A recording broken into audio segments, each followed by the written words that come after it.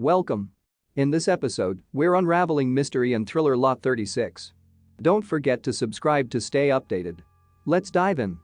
An elderly man watches George Bush's New World Order speech at home while having a pre-packaged meal. After finishing his dinner, he notices a key with the number 36 on it. While picking up dropped meat, he has a heart attack and collapses as the speech ends. Nick Appleton listens intently to a radio show discussing illegal immigration and white rights.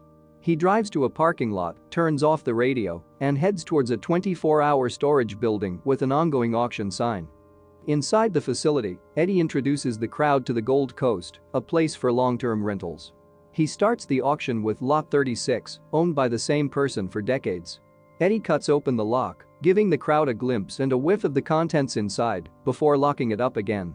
The bidding starts, and Nick wins with a bid of $400. Eddie directs everyone to leave the current unit as they move on to the next one down the hall. Nick receives an angry call demanding payment tonight. He promises to handle it and hangs up. Eddie arrives, and Nick asks for the contract. Nick gives him his share from the previous sale.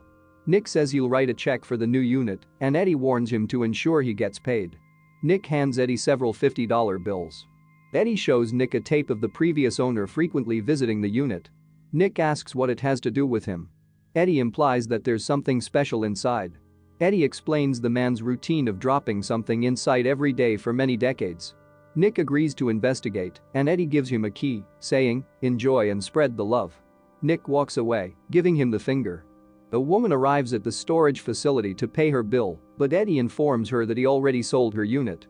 She protests, explaining that she had given him her new contact details. Eddie blames her for not reaching out properly and points to Nick as the buyer of her unit, suggesting she talk to him about retrieving her belongings. Amelia confronts Nick about her belongings, but he shows no sympathy, claiming they legally belong to him. Amelia argues they're still hers. He offers to sell her what's left for $1,000, which she can't afford. He mocks her by giving her a broken lock. Frustrated, she curses at him in Spanish, and he taunts her. She shouts after him, wishing him to rot in hell. Nick grumbles about the burden on his shoulders and complains to Eddie about the unit's size. Eddie explains its unique dimensions, mentioning Amelia waiting outside. Nick refuses to be the bad guy and accuses Eddie of being hypocritical. He brings up the game being rigged and his constant high-pitched ringing in his ear. Eddie reminds him that others also faced hardships and the front lines were diverse. Nick defends his purchase and claims his unit was neutral. In the unit, Nick finds an old candelabra that seems to be made of gold. He glances at the family photographs and tosses them aside. While continuing to search, he is startled by a mouse. He leaves the unit and returns to his truck. As Nick sits in his truck, a man breaks the window, demanding $12,000 by tomorrow. Then shatters the windshield. Amelia witnesses the incident, but Nick tells her to leave. Nick tends to his head wound in the unit. Eddie asks what happened, and Nick borrows his first aid kit. Nick explains that he needs to get some items appraised, including antique pieces and gold. Eddie suggests going to Agatha's instead of local shops. Following Eddie's advice, Nick goes to Agatha's, where she appraises the candelabra as gold but offers scrap value. Nick complains, and Agatha suggests bringing better items next time. Nick shows her a table and chairs, and Agatha identifies the table as a seance table.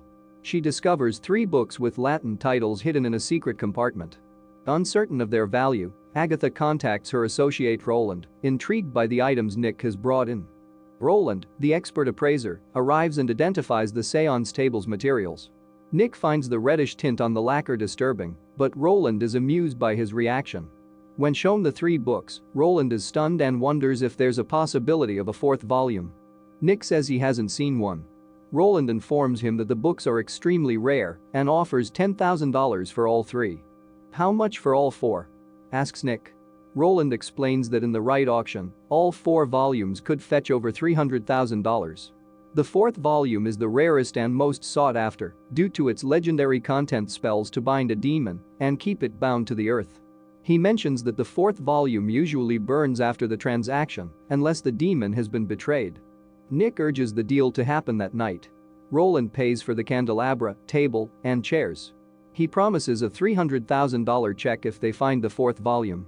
Nick places the 3 books in a backpack and prepares to drive them to his truck parked outside. As they drive, Roland shares his knowledge about the previous owners of the unit. The family was wealthy, earned through steel manufacturing in Europe, and immigrated to America after World War II. He reveals that the man invoked an entity that possessed his sister, Dottie Walmer. Nick asks if they ever found her, but Roland says they didn't, deeming the search futile. Arriving at the storage facility, Nick dismisses Roland's creepy stories and urges him to put away the candelabra. Annoyed, Nick leads the way to the unit they need to search.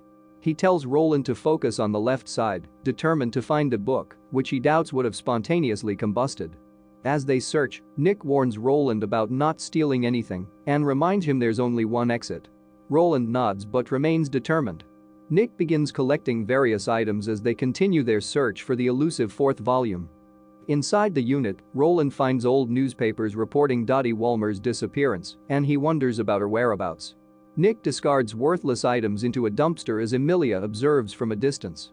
When they return to the unit, they discover a false wall. Nick realizes the measurements were off and starts prying it open with a tool, while Roland sets up candles on the candelabra. As they open the wall, an unpleasant odor fills the air, which Roland refers to as effluvia. He warns Nick not to touch or say anything, and gives advice on dealing with unnatural entities, should they encounter any. Nick replies snarkily, claiming Roland doesn't know anything about him. Undeterred, Roland takes the lead down the passage, holding the candelabra high. As they progress, they discover walls adorned with book pages. In the room ahead, they find a corpse inside a pentacle. Roland is shocked that the man trapped his sister in such a manner. He reveals that a demon used her face for manifestation. The book sits open on a pentacle, and Roland warns Nick not to cross the line. Nick steps across, causing a strange reaction with the star and candles. Roland panics, shouting that Nick has awakened something dangerous. A terrifying tentacle demon emerges from Dottie's remains. Panicking, he rushes back to Roland, but the demon devours him. The book spontaneously ignites, forcing Nick to discard it and flee. He dashes through the storage facility, encountering the relentless demon at every turn. Desperately trying to escape, Nick faces flickering lights and darkness, but the demon persists in its pursuit. He runs frantically, hoping to find a way out. Nick reaches a locked door and finds Amelia on the other side. He pleads with her to open it, but she remains silent, showing him the broken lock. Nick desperately explains his danger and offers anything she wants in exchange for help. However, Amelia glares at him and leaves him stranded. As Nick pounds on the door in frustration, he hears the demon's snarls growing closer in the distance. In his frantic escape, Nick runs directly into the demon, and he is eventually consumed by the monstrous entity. Thanks for watching. Like, subscribe, and stay tuned for more cinematic adventures.